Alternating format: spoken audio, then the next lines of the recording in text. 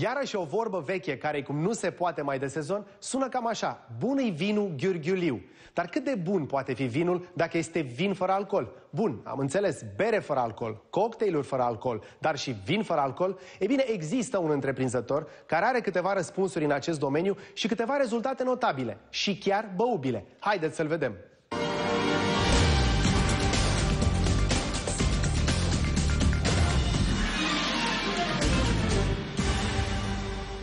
Spunea cineva ce poți să spui despre vinul fără alcool. Și am spus simplu, totul, mai puțin alcoolul. Don't mean a thing if you ain't got that swing. Don't mean a thing if you ain't got that swing. Don't mean a thing if you ain't got that swing. Don't mean a thing if you ain't got that swing. Don't mean a thing if you... M-am lăsat de băut și am zis, domnule, trebuie să caut ceva să înlocuiesc. Și am căutat o alternativă și am descoperit-o cu greu, din 2006.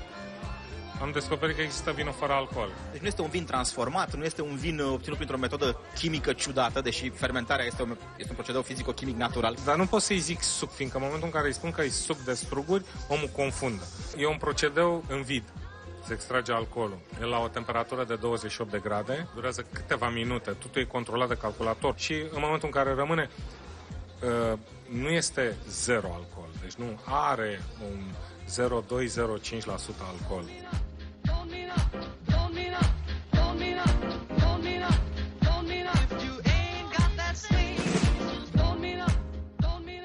M-am tot chinuit să găsesc un producător care să aibă o varietate largă de vinuri, în primul rând, și să fie mai deosebită, să fie într-adevăr cu un gust pe care eu să-l accept și să-mi placă mie, în primul rând. Dacă îmi place mie, atunci cred în produs și pot să-l recomand și celorlalți. Și atunci mi-a convenit foarte tare să găsesc un producător, în primul rând, să fie în comunitatea europeană și neamț, fiindcă este unul dintre cei mai renumiți producători de vinuri fără alcool. Acum 5 ani, în Statele Unite, un producător a scos acest vin fără alcool. Și vinul a avut nu ca un succes, a fost un boom. Mi-este foarte greu să explic oamenilor că, domne, dacă ești cu mașina, mai bine bea un pahar de vin fără alcool decât să bei un pahar de vin cu alcool. Acceptă foarte ușor berea fără alcool, dar vinul fără alcool e o chestie care, după părerea lor, nu există. Deschide foarte multe ferestre sau foarte multe uși care până acum erau blocate, erau cu accesul interzis. De exemplu, ești cu mașina, ce faci? Ești la restaurant la prânz, ești cu colegii, mănânci ceva frugal la birou, nu poți să bei vin pentru că miroși alcool.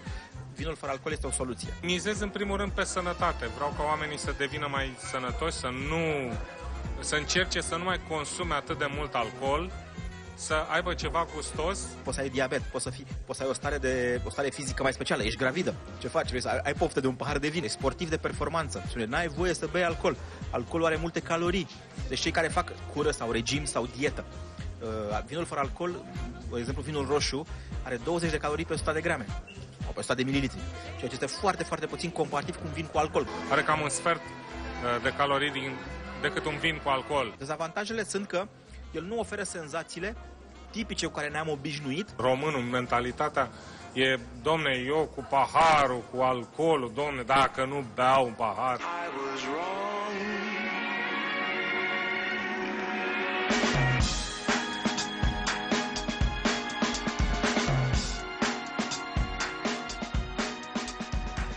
Din punctul meu de vedere este o supapă de reglare a stresului zilnic, pe care altfel nu poți să o faci. Nu ai cum, nu poți să țigară o fumezi pe colțuri sau ascuns sau în locuri special amenajate, alcool n-ai voie să bei, e cam stresant. Măcar dacă aia, puteți să fumăm o țigară electronică și să bem un pahar de vin fără alcool. E genial, genial. Am o varietate foarte mare. În momentul de față nu implementez decât anumite soiuri, stricte sortimente, dar momentan merg pe clasic, cum ar veni Riesling, Merlot, Rosé, ca omul să și știe ce bea. Adică, domne, vreau un vin fără alcool. Normal că dacă îi spune un Riesling e ok. Da, domne, hai să-l încerc. Îl degustă, are același miros, are același gust. numai că nu-l ia de cap. Alcoolul contează în foarte puține situații când te gândești la mâncare și alcool. De exemplu, te gândești la un vin cu mult alcool când mănânci un desert cu multă ciocolată. Ai nevoie de un vin fortificat, un vin de Porto, de ce nu, care alcoolul să susțină textura ciocolatei. Dar poți să ai o ciocolată lejeră. Poți să ai o ciocolată cu spumă de căpșuni. Dar o ciocolată cu spumă de căpșuni nu poți să bei vin de Porto, dar poți să bei vin fără alcool.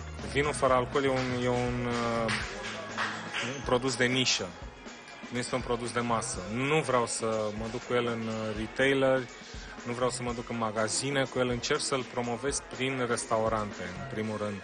Și chiar direct clientului final, fiindcă s-ar putea să fie oameni care să nu-și permită să se ducă în restaurant să-l consume și atunci, din cauza asta, o să încerc să-l promovez și online foarte mult, să mă adresez clientului final. Bariera psihologică este, de fapt, mai mult frica de nou sau neînțelegerea produsului, dar el, pe termen lung, va fi cu siguranță un produs mult mai de succes decât berea fără alcool, de exemplu, asta vă garantez. Sunt convins că o să prindă, dar cu greu. Ești în parc pe bancă, deschizi sticla de vin și bei. Nu poate nimeni să vină să spună ce faci, bei în public? Nu, e băutură nealcoolică, am voie să beau în public, da.